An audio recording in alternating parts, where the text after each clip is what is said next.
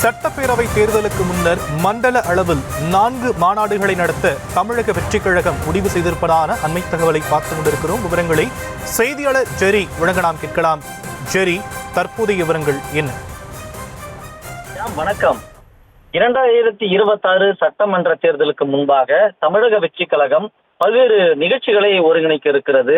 கட்சிய உட்கட்டமைப்புகளை பலப்படுத்துவது, மாவட்ட செயலாளர்கள் நியமனம் செய்வது, 4 மண்டல மாநாடு நடத்துவது, தமிழ்நாடு முழுவதும் சுற்றுப்பயணம் மேற்கொள்வது என பல்வேறு நிகழ்ச்சிகளை ஒருங்கிணைத்து வைத்திருக்கின்றனர். அடிப்படையில் வரும் 26ஆம் தேதி தமிழக வெற்றிக் கழகத்தினுடைய செயற்குழு பொதுக்குழு கூட்டம் நடைபெற இருக்கிறது.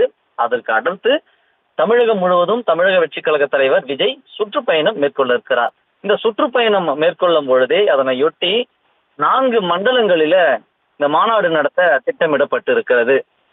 அதாவது இதற்கு முன்னதாக முன்னாள் முதல்வர் ஜெயலலிதா அவர்களுடைய பாணியை விஜய் கையில் எடுத்திருக்கிறாரா என்ற ஒரு கேள்வியும் எழுகிறது. 2014 நாடாளுமன்ற தேர்தலுக்கு முன்பாகவும் 2016 சட்டமன்ற தேர்தலுக்கு முன்பாகவும் முன்னாள் முதல்வர் விஜய் ஜெயலலிதா அவர்கள் சுற்றுப்பயணம் மேற்கொண்டிருப்பது குறிப்பிடத்தக்கது.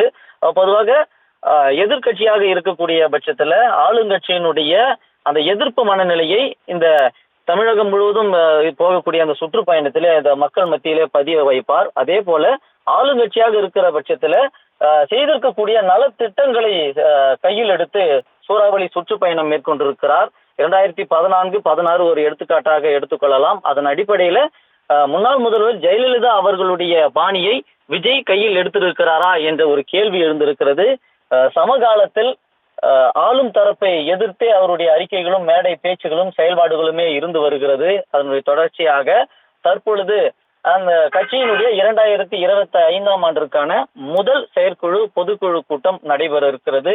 இந்த பொதுக்குழு கூட்டத்துல பல்வேறு தீர்மானங்கள் நிறைவேற்றப்பட இருப்பதாகவும் தெரிய வருகிறது. இந்த சூழல்ல தான் இந்த பொதுக்குழு கூட்டத்தை முடித்து விட்டு சுற்றுப்பயணம் மேற்கொள்ள இருக்கிறார். இந்த சுற்றுப்பயணத்தை ஒட்டியே இந்த 4 மண்டலத்திற்கான மாநில மாநாடும் நடைபெறும் என்றும் கூறப்படுகிறது. அந்த 4 மண்டல மாநாட்டிற்கான விஷயங்களை எல்லாம் இந்த செயற்குழு பொதுக்குழு கூட்டத்திலும் விவாதிக்கப்படும் என்றும் கூறப்படுகிறது. அதே போல இக்கட்சியினுடைய சிறப்பு அரசியல் ஆலோசகர், தேர்தல் ஆலோசகராக செயல்பட இருக்கக்கூடிய பிரசாந்த் கிஷோரும் இதில் பங்கேற்பார் என்றும் கூறப்படுகிறது.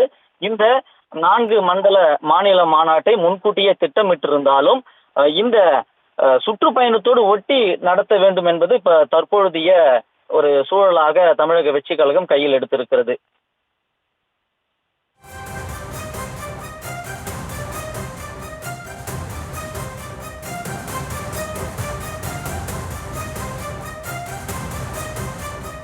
விரிவான விவரங்களுக்கு நன்றி ஜெரி.